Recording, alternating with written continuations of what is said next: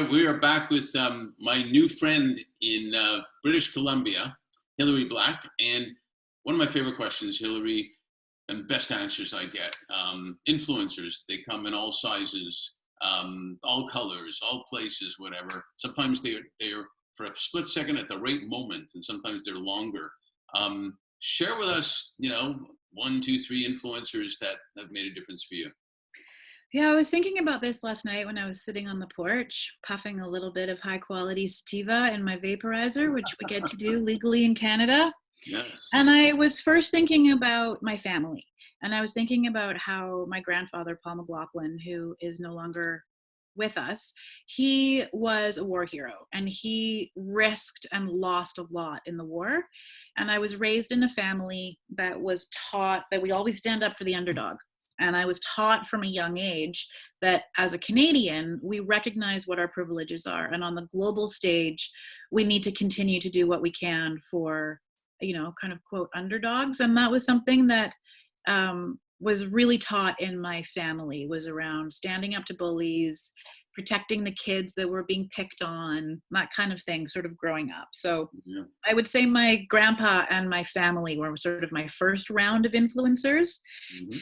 And as I started exploring cannabis justice, there is a whole host of cannabis freedom fighters that came before me, greats whose shoulders I stand upon.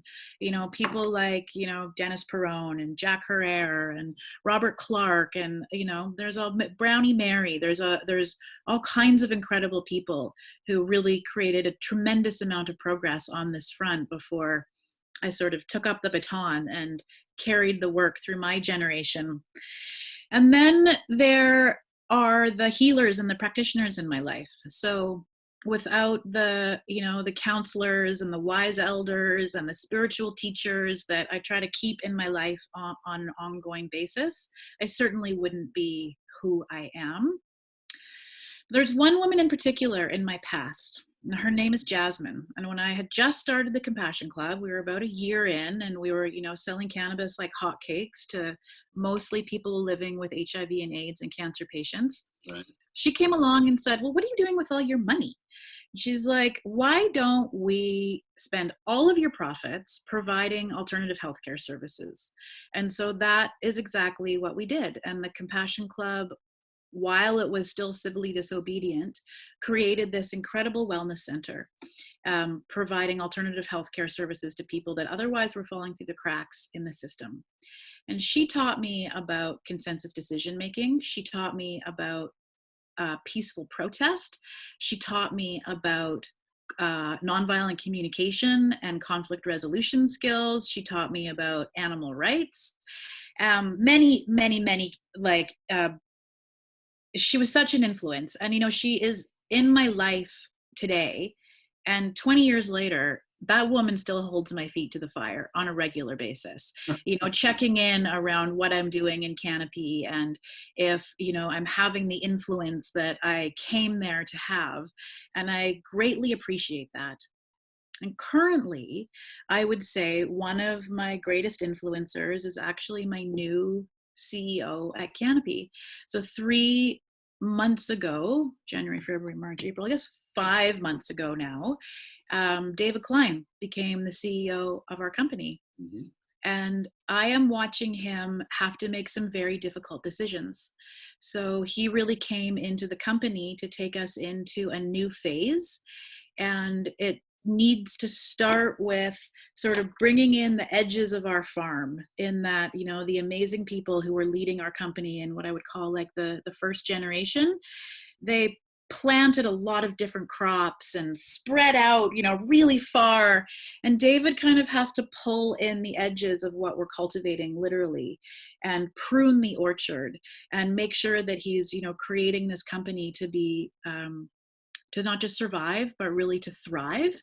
And I'm watching him make some very difficult decisions around layoffs and a restructuring. And those are not easy choices to make, particularly for a group of people that are going to be your professional family moving forward. And I'm watching him walk through this with grace and compassion and patience. And I really admire the way that he is navigating having to make incredibly difficult decisions that I wouldn't want to be responsible for. So I'm learning a lot from him, watching how he's navigating these very difficult first few quarters of his leadership in the company. And I have no doubt that it will be a bright, beautiful, successful future. But it's interesting what you can learn in the really challenging times and not just the really bountiful times. Yeah, those are amazing influencers all the way around, and I really appreciate you sharing how they impacted you, because it shows other people that we influence people one way or another, even if we're doing it on purpose or not, and it does make a difference. So thank you so much for sharing that. My absolute pleasure.